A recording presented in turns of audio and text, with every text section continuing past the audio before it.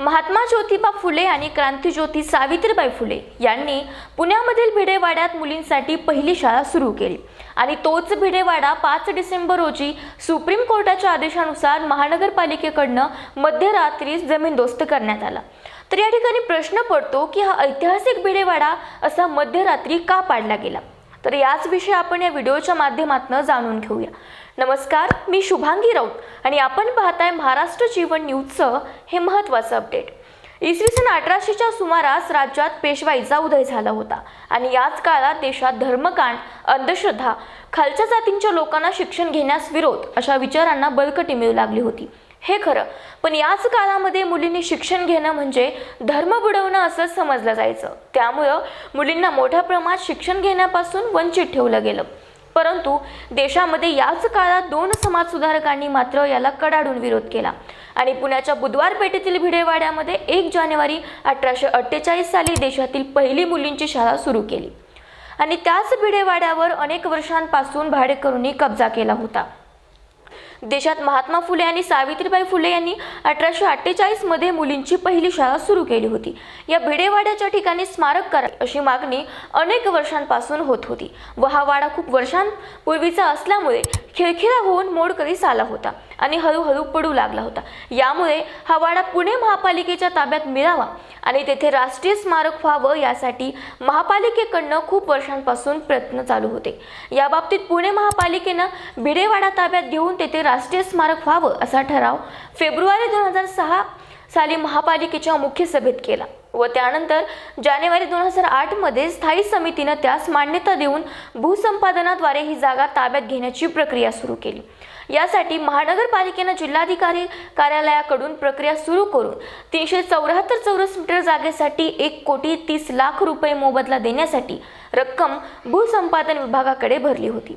मात्र ही जागा Pune merchant cooperative बँकेची असून तेथे 24 भाडेकरू राहत होते। त्यामुळे या भाडेकरूंनी महानगरपालिकेच्या विरोधात 2010 मध्ये उच्च न्यायालयात याचिका दाखल केली। या याचिकेमध्ये याचिकाकर्त्यांनी न्यायालयात सांगितलं की भिडेवाड्यात मुलींची पहिली शाळा सुरू झाली होती, याबाबत कोणतेही सबळ पुरावे नाहीयेत। त्यामुळे महानगरपालिकेच्या मुख्य सभेत आणि स्थायी समितीने केलेला ठराव रद्द करण्यात यावा, तसेच महानगरपालिकेने जास्त FSI मान्य करावा जेणेकरून टेरेसवर एक हॉल बांधता येईल अशी मागणी सुद्धा याचिकाकर्त्यांनी उच्च न्यायालयामध्ये केली होती।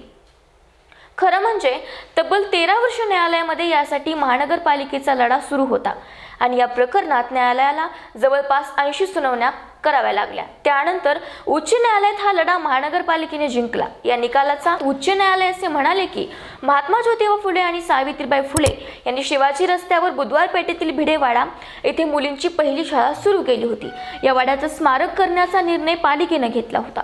या निर्णयाला जागा मालक व पोट भाडेकरूंनी 2010 मध्ये पहिल्यांदा उच्च न्यायालयात आव्हान दिलं होतं। उच्च न्यायालयाने या प्रकरणी असलेल्या याचिका निकाली काढून महानगरपालिकेने यापूर्वी केलेल्या निवाड्यानुसार तसेच 2013 मधील कायद्यानुसार जागेचा मोबदला देण्याचे आदेश दिले।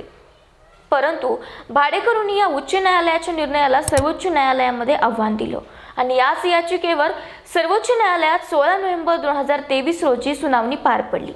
या सुनावणीत न्यायमूर्ती AS बोपण्णा आणि न्यायमूर्ती PS नरसिंह यांच्यासमोर महानगरपालिकेने आपली बाजू जोरदार पद्धतीने मांडली आणि न्यायमूर्तींना महानगरपालिकेचं म्हणणं पटवून सांगितलं व सर्वोच्च न्यायालयाच्या न्यायमूर्तींनी या सुनावणी दरम्यान सांगितलं की या स्मारकास लागलेला 13 वर्षाचा कालावधी योग्य नाही व हे स्मारक यापूर्वीच व्हायला हवं होतं।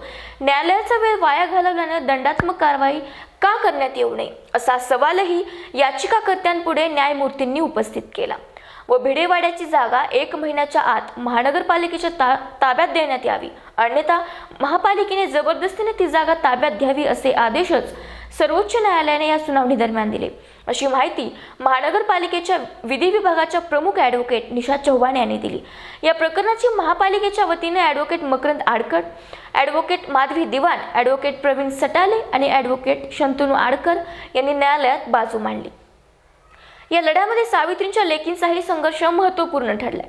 भिडेवाड्याच्या न्यायालयीन संघर्ष गेल्या 6 महिन्यात तीव्र झाला होता. राज्य सरकारकडूनही या बाबतीत वारंवार पाठपुरावा करण्यात येत होता.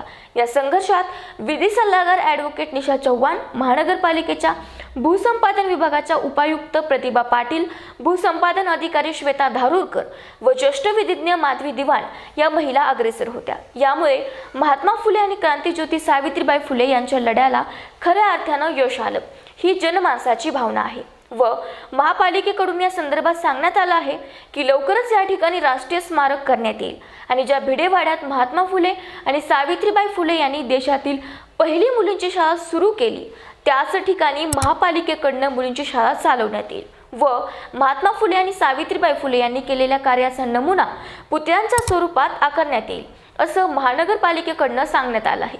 यामुळे तब्बल 250 वर्षानंतर पुन्हा एकदा या भिडेवाड्यात मुलींची शाळा सुरू होणार आहे. यामुळं देशासाठी व देशातील महिलांसाठी हा अतिशय आनंददायी आणि समाधानकारक निर्णय आहे, असं म्हणणं वावगं ठरणार नाही. तर हे होतं पुण्याच्या भिडेवाड्यासंबंधीचं महत्त्वाचं अपडेट. तर आपणा सर्वांना ही माहिती कशी वाटली, त्याचबरोबर तब्बल 250 वर्षानंतर पुन्हा एकदा पुण्याच्या भिडेवाड्यामध्ये मुलींची शाळा सुरू होत आहे, याबद्दल तुम्हाला नेमकं काय वाटतं हे कमेंट करून आम्हाला नक्की सांगा आणि पाहत राहा असेच महत्त्वपूर्ण आणि लेटेस्ट अपडेट्स माझ्यासोबत. धन्यवाद.